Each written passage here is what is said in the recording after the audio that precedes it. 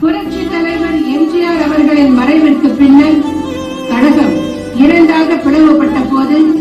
எனது தலைமையை ஏற்று தேர்தல் சின்னத்தில் போட்டியிட்டு எடப்பாடி சட்டமன்ற தொகுதியிலிருந்து 1989ஆம் ஆண்டு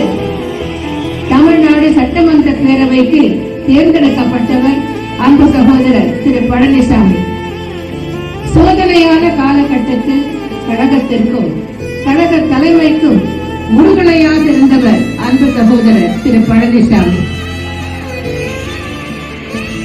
1996ஆம் ஆண்டு தேர்தலில் தோல்விக்கு பின்னர் கட்சியை உடைக்க ஒரு சில துரோகிகள் முயன்ற போது